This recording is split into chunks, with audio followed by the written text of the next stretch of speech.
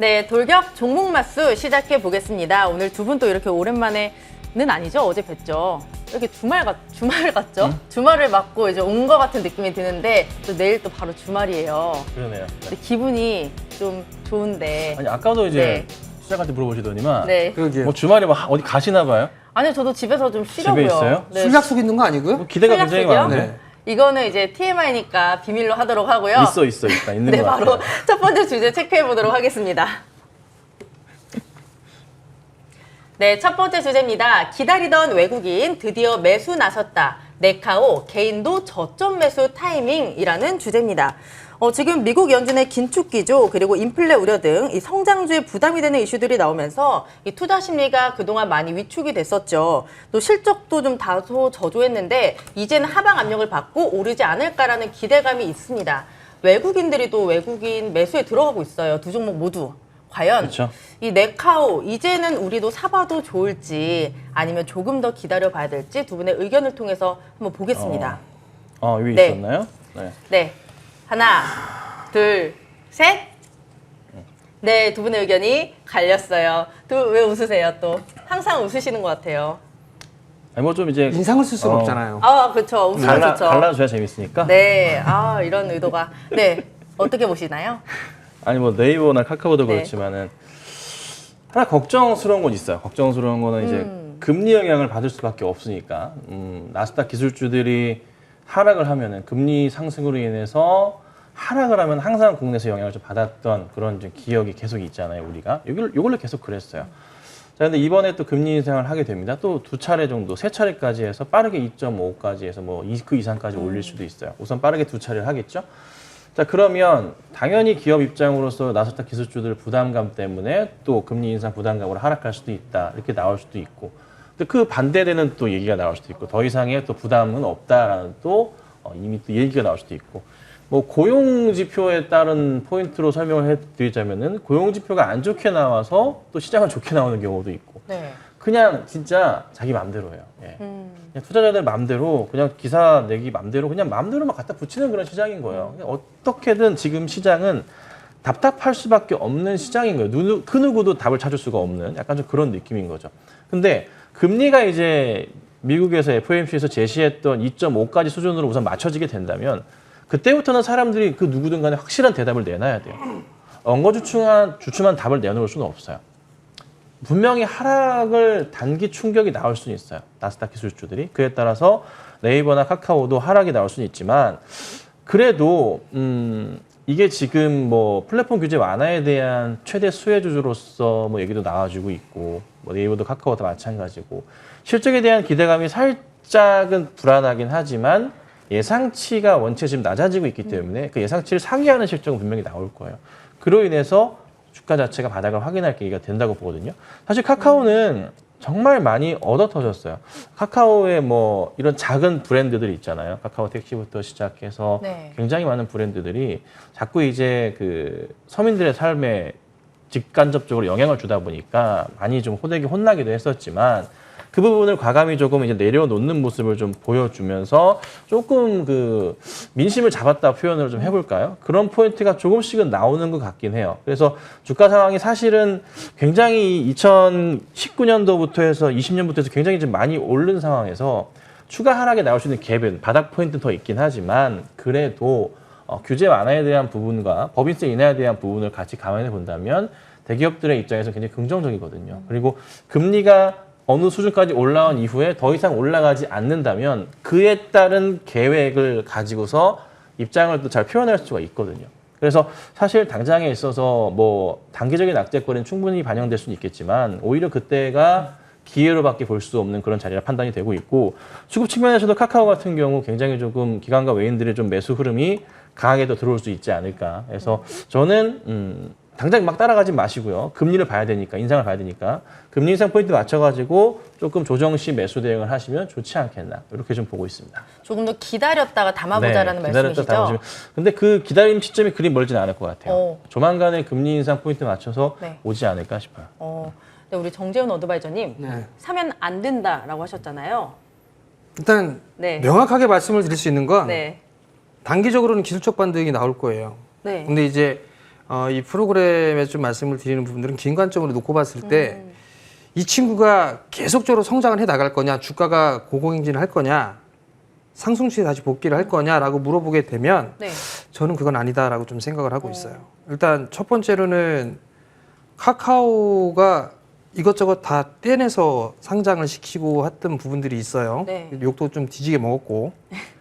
그리고 실적은 괜찮아요. 네. 거품은 좀 많이 빠진 그런 모습들 좀 보였습니다만, 밸류적인 측면에서만 보게 되면 그래도 많이 싸져 있는 그런 사항들이거든요. 네이버도 마찬가지고요. 네이버 같은 경우는 웹툰이나 이런 부분에 좀 잘 나가고 있는 그런 사항들이니까 성장을 하는 그런 부분들에 있어서는 긍정적으로 좀 보여지지만 이 친구가 다시 코로나 때부터 상승을 이었던 그런 부분들에 있어서 조정을 끝내놓고 다시 큰 시세를 다시 낼 것이냐라고 물어보게 되면 저는 주도주가 되기는 당분간 좀 어렵지 않을까? 저는 그렇게 좀 생각을 하고 있어요. 왜요? 일례로 한 시대를 좀 풍미했었던 네. 그런 쪽 섹터는 다시 주도 업종으로 다시 또 이어지기가 상당히 좀 어려워요. 단적인 예로 이제 개인 투자자분들이 아마 2차 전지 쪽 섹터들은 계속적으로 아마 보실 거예요. 근데 그들 종목군들이 나중에는 밸류를 맞춰줄 수밖에 없어요. 지금 30배, 40배 그 이상 되거든요. 시간이 지나면 지날수록 이 밸류는 낮아질 수밖에 없어요. 그렇기 때문에 이 자리대에서 추가적으로 상승을 한다? 물론 상승을 할 수 있겠지만 제한적일 것이다라는 게 제 생각이고요. 차라리 못 올라가 있는 그런 종목군들에서 치고 올라가는 종목군들이 좀 생길 거고 카카오나 네이버도 밸류는 많이 낮아져 있는 그런 상황이지만 주도주의 흐름들을 한번 보였어요. 보였기 때문에 지금 돌리는 그런 흐름들은 가급적 좀 시간이 걸릴 거다. 왜냐하면 기술적으로 봐도 역배열이에요. 역배열꼴로 진행이 되어 있는 상황인데 이거를 돌리기에는 상당히 오랜 시간이 좀 걸릴 거예요. 적어도 3분기 말에서 4분기 정도는 돼야 얘가 이제 시장이 다시 돌려 세워가면서 추세를 돌리는구나 뭐 이런 부분들을 생각을 할 수가 있을 것 같고요. 오히려 큰 시세를 먹는다라고 하게 된다면 정별 권역에 초입 권역에 있는 그런 종목군들을 선정을 해서 공부를 해서 그런 종목군들을 취하는 게 훨씬 더 좋지 않을까라고 좀 보여지고요. 뭐 외국인들 들어와 본들 지들 또 팔 수도 있어요. 그렇기 때문에 그냥 이건 단순하게 기술적인 반등 타이밍이다. 그냥 그거만 그 이상도 아니다. 좀 그렇게 좀 생각을 하고 있습니다. 근데 차트라는 게 역배열에서 정배열로 항상 이렇게 바뀌잖아요. 언젠가는. 언젠가는 바뀌잖아요. 그렇죠. 지금 역배열이라고 하셨는데 네. 언젠가는 정배열로 돌아올 수 있는 거잖아요. 그렇죠. 언젠가는 돌아올 수가 있죠. 그러면 지금 사도 되는 거 아닌가요? 단적인 예로 네. 현대차가 네. 이게 차트를 이게 보여드려서 이 PD님이 이게 딱 이거 됐어야 되는데 이걸 안 해준단 말이에요. 이 좋은 가장 얘기들을 중요한 걸. 그렇죠. 네. 현대차가 네. 상당히 좀 좋다 했때 2011년, 12년, 13년도 쌍봉을 치고 나서 월봉상이 죽었어요. 네. 차트를 아마 보시면 아시겠지만 그거 이후로 난 다음에 한 4년, 5년 동안에 계속 밀렸어요. 그뿐만이 아니라 포스코도 마찬가지고 굴뚝주들 다 마찬가지예요. 화학주 네. 마찬가지고. 역배열 권역에서 다시 돌리는 시간까지는 상당히 오랜 시간이 걸릴 수밖에 없어요. 근데 이제 이들 같은 경우는 제조업 쪽이기 때문에 밸류를 이렇게 크게 쳐주진 않았어요. 근데 네이버나 카카오 같은 경우는 뭐 증설을 하거나 그런 부분들보다 사람들만 있으면 되는 거잖아요. 네. 머리 두뇌가 더 많이 필요한 거고 그런 측면에서 놓고 보게 되면 밸류는 좀 더 높게 쳐줄 수는 있어요. 큰 대규모 투자가 그렇게 많지는 않으니까. 근데 이 시장을 좀 돌려주는 그런 부분들은 시장적인 이 시장에 대한 상황이라든가 이런 부분들을 같이 고민을 할 수밖에 없거든요. 그렇기 때문에 시장이 돌아서는 흐름들이 좀 나왔을 때 그때 오히려 좀 더 좋게 보는 게 좋지 않을까라고 좀 보여지고요. 저는 개인적으로 다른 쪽 섹터를 좀 보는 게 수익률적인 측면에 더 좋지 않을까 싶습니다. 저는 카카오랑 네이버가 고점을 찍은 거를 봤으니까 네. 이렇게 내려온 게 되게 바닥이라고 생각이 든단 말이에요. 전문가님 도와주세요. 혹시 개인들이 담아도 된다라고 하셨잖아요. 반박을 해주세요. 아니 이게 급하게 따라가면 안 되고 급하게 하면 안 되나요? 이게 말씀드렸잖아요. 네. 이게 당장에 악재가 있어요 시장에. 네. 금리를 2번이나 인상한다고요. 그러니까 0.5, 0.5씩. 그러니까 지금 말씀드리는 거는 아까 뭐 연장선상이긴 한데 제가 부탁드리는 건 좋아 보인다고 이제 급하게 따라가시는 전략은 절대 취하시면 안 되고 지금은 꼭 보셔야 돼요. 저는 이제 금리 2% 이상, 뭐 2.5 정도 수준까지. 그러니까 이번에 한 번 더 했을 때 맞춰서 시장이 본격적으로 안정화가 될 거라 보거든요. 제가 인플레 피크아웃이라고 또 말씀을 드렸고 뭐 증시는 바텀아웃을 말씀을 드렸는데 그 부분이 조금은 흐름이 어떻게 진행할지를 잠깐만 여유를 보셔야 돼요. 그러니까 6월이 좀 지나가 6월 중순 좀 넘어가면은 시장의 흐름이 좀 약간 좀 바뀌고 있다는 게 아마 체험이 되실 수가 있어요. 지금 당장은 아니에요. 금리가 반영이 되고 시장이 어떻게 흘러가는지 그리고 유가에 대한 부분, 오펙 정상화도 회의에서의 또 어떤 흐름들, 유가를 정상화 시킬 것인가에 대한 부분들, 원유 생산을 늘릴 것인가에 대한 부분들, 또 이제 바이든이 사우디를 간다고 하죠. 이런 포인트를 다 복합적으로 연동된다고요. 그래서 우선 그 키포인트 첫 단계가 제가 어제도 말씀드렸지만 금리가 한 단계 올라가고 난 이후 그리고 기술주들은 금리에 되게 민감해요. 네. 그래서 이 기술주들이 금리에 따른 한 번의 하락 흐름은 나올 수가 있다는 거죠. 그래서 그 포인트를 노려야 되는 거고 그래서 당장은 있어서는 막 급하게 따라 들어가시면 바로 물릴 수는 있어요. 이 며칠 상관을 두고서 반등 나와 올라간다고. 그래서 기관들과 외인들도 그에 따른 대응을 하는 것도 잘 보셔야 되고. 그래서 되게 복잡해요. 하지만 분명한 것은 금리가 우리가 확인을 해본 이후에 시장이 어떻게 움직이는지 체크한 이후에 들어가면 돼요. 그때는 누구나 안전하게 할 수 있어요. 그 시점 자체가 조만간이니까 조금만 여유 있게 보시면 될 것 같아요. 근데 이게 그 한 가지 네. 좀 말씀드리고 싶은 건 네. 혹시라도 네이버나 카카오 보유하신 분들이 뭐라고 하실 수도 있어요. 맞아요. 못 가니까 이거 팔아야 돼? 뭐 이 생각을 하실 네. 수가 있는데 네이버나 카카오 일봉 차트를 한번 쭉 열어놓고 한번 봐보세요. 작년에 고점을 치고 난 다음에 크게 3번이 빠졌어요. 크게 3마디가 빠졌거든요. 그럼 기술적 반등이 나올 수가 있어요. 그러면 네이버 같은 경우는 적어도 30만 원대까지는 움직여줘야 돼요. 한 32만 원, 33만 원 그 자리 때까지는 좀 봐야 될 거고 카카오 같은 경우도 일단 10만 원대 위로는 한 번쯤은 올라가줘야 돼요. 그러니까 그 부근에 올라왔을 때 네. 일단은 비중을 좀 줄여놓고 난 다음에 다시 확인해서 보는 전략이 좀 더 좋을 걸로 저는 보고 있기 때문에 그 점 좀 참고를 하셨으면 좋겠습니다. 네, 알겠습니다. 네, 두 분의 분석 참고해 보셔서 대응해 보시면 좋을 것 같습니다. 두 번째 주제 바로 확인해 보시죠. 네, 두 번째 주제입니다. 삼성전자 M&A 기대감에 로봇주 급등, 지금 매수할까라는 주제입니다. 최근에 한종희 삼성전자 부회장이 인수합병 위한 작업이 진행 중이다라고 밝혔습니다. 하지만 뭐 자세한 내용에 대해서는 말을 아꼈는데요. 하지만 이제 신성장 동력으로 로봇을 꼽았던 만큼 로봇 업체와 M&A를 하지 않을까라는 기대감이 조금씩 커지고 있습니다. 이에 따라 로봇주들이 또 움직임을 보여주고 있는데 지금 로봇주들을 사봐도 좋을지 아니면 조금 더 기다려야 될지 두 분의 의견을 들어보도록 할게요.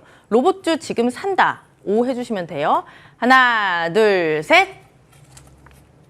네, 두 분의 의견이 또 갈렸습니다. 이번엔 우리 정재훈 어드바이저 의견 먼저 들어보도록 할게요. 너무 좋아하시는 것 같아요. 원래는 X여야죠. 많이 네. 올랐잖아요. 네. 근데 이게 제가 일단 고민을 해보는 건 삼성이 M&A 한다. 이거 로봇이라는 근거는 없어요. 네. 여러 가지 후보군들이 있잖아요. 자율주행도 있고 비메모리 쪽도 있고 로봇 쪽도 있고. 근데 저는 이게 삼성이 M&A를 할 거다라는 그 기대감보다도 네. LG나 삼성이나 전부 로봇 사업 쪽을 진출을 하고 있고 신사업으로 좀 투자를 하려고 하는 그런 상황이란 말이에요. 그러면 그 부분들에 있어서 수혜를 좀 받을 수 있는 그런 종목군들 같은 경우는 저는 분할로 좀 접근을 해도 되지 않을까라는 게 제 개인적인 생각이고요. 물론 기술력은 있어야죠. LG 같은 경우는 재빠르게 지분을 인수했고 기업을 인수를 했어요. 네. 지분을 투자한 기업들도 있고 뭐 그런 것처럼 삼성이 뭐 이런 부분들을 할 수도 있겠죠. 그렇지만 이제 미리 준비를 해야 된다라면 기술력이 있는 그런 기업들이 좀 더 좋지 않을까라고 좀 보여지고 얼마 전에 신문 기사가 나왔던 게 있는데 전부 다 중국산이에요. 로봇이요? 네, 로봇이 중국산인데 왜 갖다 썼는지 기술력이 저렴해서? 좀 높은지 그럼 저렴해서 그런 부분들이 있을 것 같죠. 위에서 물이 떨어졌어요. 근데 그럼 결국 보게 되면 기술력을 좀 가지고 있는 그런 기업들 같은 네. 경우는 중장기적으로 괜찮단 말이에요. 그러면 이 프로그램을 통해서 말씀을 드렸던 뭐 삼익THK라든가 뭐 기계 쪽이라든가 이런 부분들이 있으니까 조정 씨에 보시면 좋을 것 같고 그다음에 제가 알기로 전에도 좀 말씀드렸다시피 레인보우 로보틱스 같은 경우는 제가 알기로는 이 로봇 기술력이 제일 뛰어난 걸로 알고 있어요. 그럼 그런 기업들을 좀 본다든가 아니면 난 LG 쪽에 있어서 좀 볼 거야라고 하면 뭐 로보스타라든가 뭐 로보로보라든가 LG가 인수를 했던 그런 기업들이 있거든요. 그럼 그런 기업들을 보든가. 다만 이제 실적이라는 게 확 화끈하게 좀 나오진 않았어요. 맞아요. 그렇기 때문에 그 실적에 대한 추이 이 부분들에 있어서 얼마만큼의 성장을 보일 거냐 이게 좀 필요하지 않을까라고 좀 보여지고요. 아직까지는 단기성의 흐름들을 좀 볼 수밖에는 없지 않을까. 다만 이제 삼성 쪽에서도 아마 투자나 이런 부분들을 염두를 해둔 만큼 긴 관점으로 놓고 봤을 때는 기술력을 좀 가지고 있는 그런 종목군들 같은 경우는 저는 분할로 접근해도 괜찮지 않을까 그렇게 좀 생각을 하고 있습니다. 근데 이제 M&A라는 기대감이 좀 높은 종목들이잖아요. 그런데 만약에 M&A를 안 한다라고 나오게 되면 주가가 또 밀릴 수 있단 말이에요. 그렇겠죠. 그럼 그때 들어가도 되나요? 오히려 만약에 시세의 흐름들이 좀 나오지 않은 상태에서 그러한 이슈라든가 이런 부분들로 해서 밀리면 저는 매수를 해봐도 괜찮지 않을까 싶어요. 물론 이제 실적이 기반이 되는 그런 기업들인데 단적으로 좀 보게 되면 뭐 레인보우 로보틱스나 이런 기업들 같은 경우 올라간 것도 없어요. 뭐 테마성 흐름들이 나오는 뭐 유진 로봇이나 뭐 이런 기업들 실적 개차반인 종목군들이 테마성 흐름들이나 올라갔던 그런 부분들이지 기술력이 있는 그런 기업들 같은 경우 이렇게 움직인 그런 부분들이 없어요.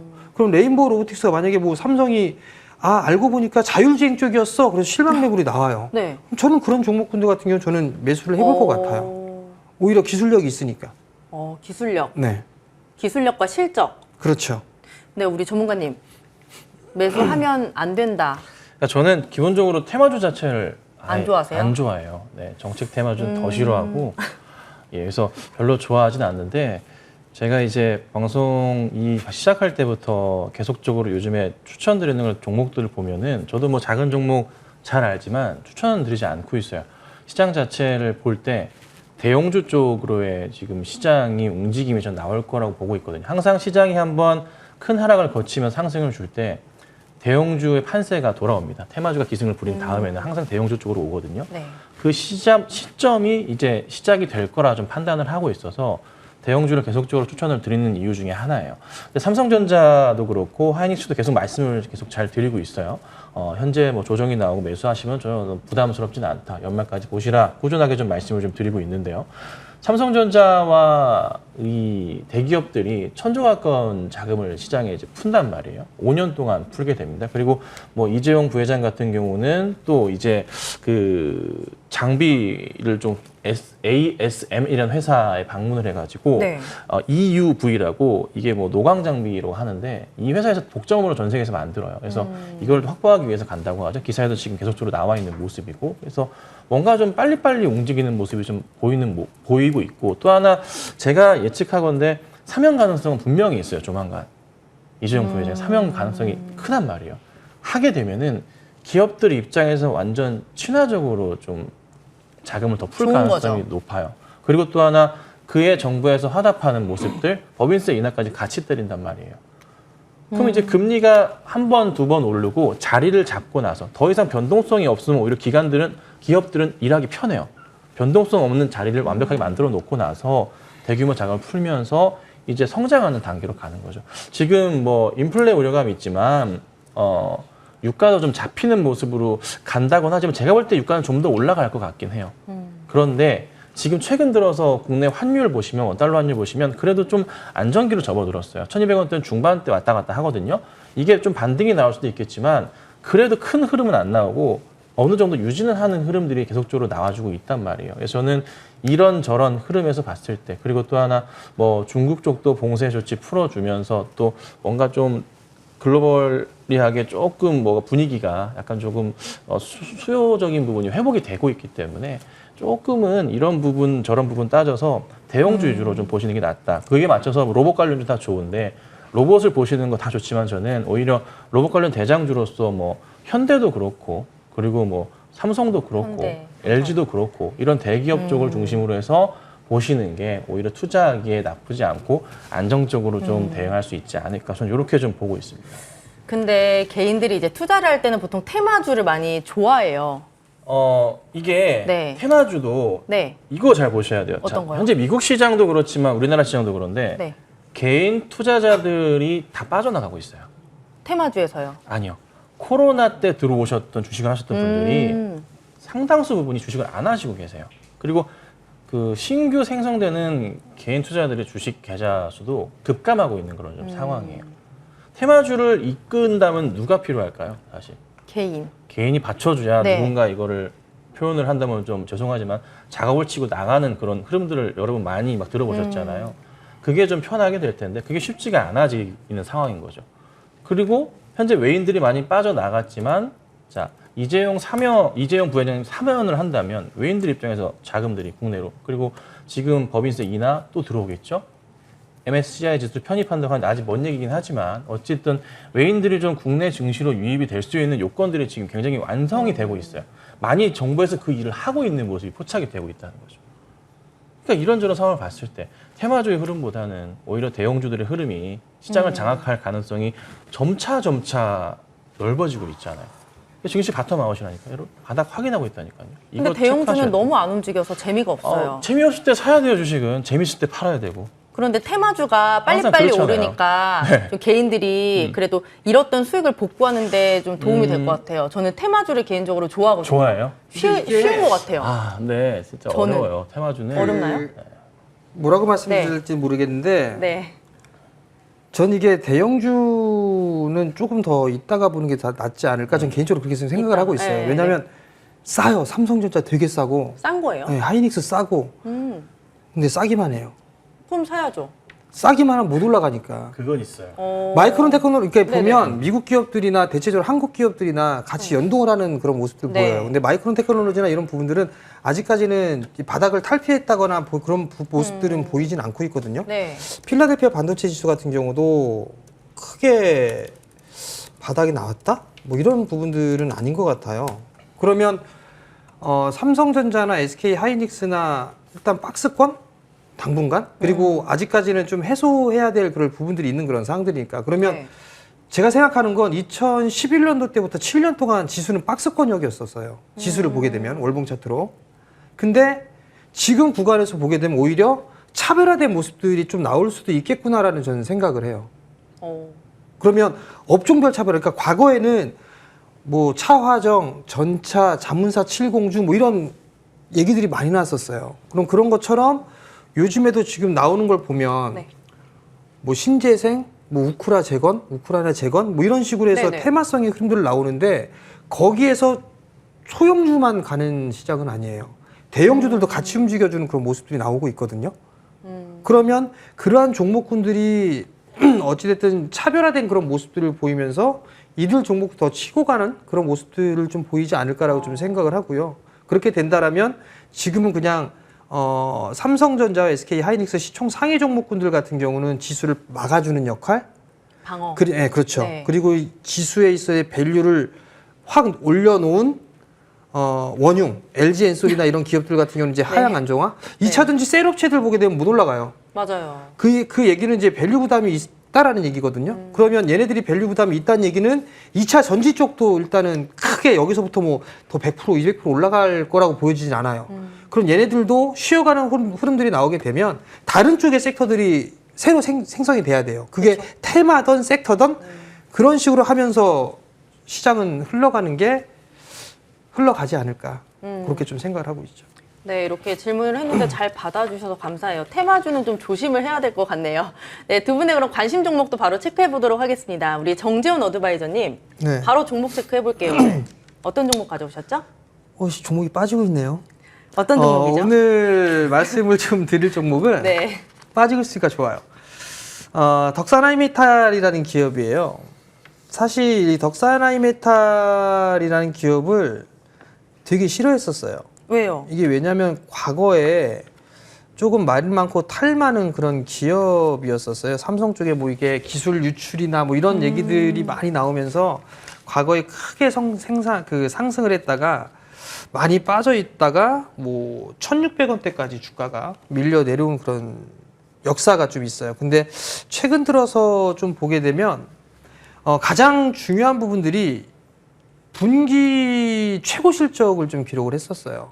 올해 1분기에 매출이나 이런 부분들이 최고 실적을 좀 기록을 했고 이게 올해는 본격적으로 올해부터는 턴어라운드가 좀 되지 않을까라고 좀 보여지는데 사실 뭐 적자가 나면서 뭐 흑자로 돌아선 부분들이 아니라 한 단계 도약하는 원년이 좀 올해는 되는 부분들이에요. 그러니까 본업 같은 경우는 뭐 IT 쪽에 있어서 사업을 좀 하고 있는 그런 상황들이니까 고객사나 이런 분이 뭐 삼성전자라든가 SK하이닉스 뭐 이런 시그네틱스 이런 기업들을 다 고객사로 확보를 하고 있는 그런 상황들이기 때문에 여전히 뭐 패키징 쪽에 있어서는 나름대로 좀 괜찮지 않을까라고 좀 보여지고요. 두 번째 포인트를 좀 보게 되면 이 기업의 자회사가 방산 쪽에 사업을 하고 있는 그런 상황들이에요. 실적도 나름대로 좀 괜찮게 나오고 있고 그러면 방산 쪽에 있어서의 시너지 효과가 좀 나게 된다라면 주가는 한 단계 레벨업이 좀 돼야 된다라고 좀 보고 있고요. 방위 사업도 잘 하고 있는 그런 상황들이니까. 세 번째 포인트는 최근 들어서 기관 쪽에서 좀 매수가 많이 들어왔어요. 많이 들어와주는 뭐 한 4거래일, 5거래일 쪽에 둘레, 6거래일 정도 들어왔네요. 근데 기관 쪽에 보니까 뭐 사모펀드 쪽에서 들어오고 투신 쪽도 들어와 주는 그런 모습도 보이는데 9,000원 정도 대 초반권역에 좀 평단을 보게 되면 한 9,000원 정도 초반이 아닌가 싶어요. 그래서 매수를 하게 된다면 지금 9,270원인데 네. 여기서부터 매수해도 될 것 같아요. 한 9,000원 정도 때까지 뭐 분할로 좀 매수 포인트를 좀 잡아봐도 좋지 않을까 지금 가격부터. 그리고 목표가를 보게 되면 뭐 1차적으로 한 12,000원짜리 때까지는 움직이지 않을까라고 좀 보여져서 12,000원을 일단 1차 목표가로 좀 잡아드리도록 하겠고요. 손절 가격은 한 8,000원 정도 제시를 해드리도록 하겠습니다. 방산주를 굉장히 좋게 보시는 것 같아요. 최근에 말씀 들으니까 네, 방산 좋아하시는 것 같아요. 좋게 봐야죠. 방산 좋죠. 그럼요. 네, 오늘 좋죠. 종목은 바로 덕산 하이메탈이었습니다. 계속해서 시장 전략 함께 세워보고 싶으시면요. 문자 샵 0988로 성공 정재훈 입력하시고 보내주시면 함께 하실 수 있는 노란통 링크 전송해드리고 있습니다. 많은 참여 부탁드릴게요. 네, 이제 김선윤 어드바이저의 종목도 들어보도록 할게요. 네, 네. 오늘은 그래도 제가 이제 좀 말씀드렸던 것 중에 하나가 종합화학 회사들이 조금 반등을 하기 시작하면은 조금 어느 정도 증시 선반영이 좀 나오면서 먼저 움직인다 말씀드렸는데 이 종목들이 최근에 좀 눈에 띄는 모습이 좀 나와요. 그래서 사실 뭐 롯데케미칼도 좋아하고 하는데 오늘 금호석유를 좀 말씀을 좀 드려볼게요. 얼마 전에도 그냥 살짝 언급을 해드렸던 맞아요. 그런 이제 종목이기도 해요. 원체 좀 최근에 바닥에 있긴 한데 이 종목이 좀 중요하게 보셔야 될 게 사실 실적이 작년에 너무 잘 나왔어요. 너무 잘 나왔던 게 뭐냐면 그 MB 라텍스라고 이제 그 의료용 고무장갑이나 이런 것들이 있습니다. 그거를 엄청나게 만들어내기 시작했죠. 전 세계에 공급을 하면서 사실 이게 몇 년 전까지만 해도 1년 생산량이 20만 톤이었는데 70만 톤 이상까지 늘리면서 전 세계 점유율 35%까지 차지했어요. 이게 정말 중요하게 매출을 올려놨어요. 그래서 사실 이걸 작년 기준으로 금호석유의 실적을 작년 기준으로 올해 실적을 비교하면은 좀 사실 힘들어요. 왜냐하면 작년은 2020년 대비 작년 실적이 영업이익이 7천억에서 2조 4천억대까지 올라갔거든요. 말도 안 되게 뛰었어요. 이것 때문에. 근데 올해도 그 영향이 있지만서도 잘 아시겠지만은 이제 뭐 위드 코로나 뭐 이렇고 약간 조금 이제 침체기로 갔단 말이죠. 그래서 작년 실적이랑 비교하는 건 조금 힘들고 재작년 2020년 실적이랑 좀 올해 실적을 좀 비교하면서 가는 게 조금 현실적이지 않을까. 단기적인 좀 수요가 있었던 거니까. 그래도 어찌됐던 여러 포인트가 있고 이게 약간 그 라텍스가 줄지만 좀 올라오는 것은 휴가철이 좀 되면서 타이어 수요가 또 증가한다는 거. 이 포인트도 같이 보시면 좋을 것 같고요. 그다음에 중국 봉쇄 해제에 따라서 공장 가동이 좀 정상적으로 돌아가고 중국에 있는 공장들 그리고 수요가 좀 증가하는 포인트도 있기 때문에 이런저런 좀 긍정적인 부분이 조금 주가에 영향을 주지 않을까 싶어요. 근데 증권가에서는 약간 목표가를 낮추는 포인트가 있긴 하지만 저는 그 반대로 2분기 실적이 영업이익이 예상치를 하야한다는 보고서도 있지만 오히려 저는 예상치에 부합하는 실적이 나올 거라 예상을 해봅니다. 오히려 좀 어니 서프라이즈한 실적이 나올 수도 있다고 생각하기 때문에 관심 있게 좀 보고 있고요. 그래서 매수가는 제가 16만 1,000원 아래를 좀 잡아드릴 건데요. 네. 16만 원 아래면 상관없습니다. 차분하게 조정 시 매수하시면 될 것 같고요. 목표가는 1차 19만 원 그리고 2차 22만 원 좀 말씀을 드리고 손절가는 15만 원 말씀드려볼 테니까 참고하셔서 차분하게 매수 대응하시면 되겠습니다. 우선주는 어떤가요? 우선주 좋은데 네. 금호석유 우선주 네. 좋은데요. 좋은데 네. 안 봤는데 볼게요. 네. 시간이 없지만 간단하게 말씀해 주시면 갑자기 될 이렇게 것 같아요. 훅 집어 들어오시면 PD님한테 괜찮으신가요? 죽여요. 그렇죠. 이게 우선주는 배당 좋아하시잖아요. 그럼요. 네. 배당주는 네. 제가 어젠가 그젠가요? 맞아요. 그 말씀하셨어요. BNK 말씀드렸잖아요. 네네, 어제. 8%가 넘습니다. 그래서 네. 뭐 그것도 나쁘진 않을 것 같아서 그걸 보시고 요 금호석유 우선주는 딱히 추천드리진 않아요. 그냥 오히려 원 주식을 사시는 게 낫지 않을까 싶습니다. 네, 오늘 김선윤 전문가의 종목은 금호석유였습니다. 오늘 분석 참고해 보시길 바라고요. 시장 전략 계속해서 함께 세워보고 싶으시면요. 문자샵 0988로 김선윤 입력하시고 보내주시면 함께 하실 수 있는 노란통 링크 전송해 드리고 있습니다. 많은 참여 부탁드릴게요. 네, 이 세트는 이렇게 마치도록 하겠습니다. 저희 3세트에서는 종목 상담이 기다리고 있죠. 전화 02786-1022, 1023, 문자는 013-3366-8200, 유튜브 머니투데이 방송을 통해서도 참여 가능합니다. 종목명, 매수가, 비중 함께 올려주시면 잠시 뒤에 종목 상담 시원하게 도와드리도록 할게요. 네, 두 분과는 여기서 인사 나누도록 하겠습니다. 다음 주에 뵐게요.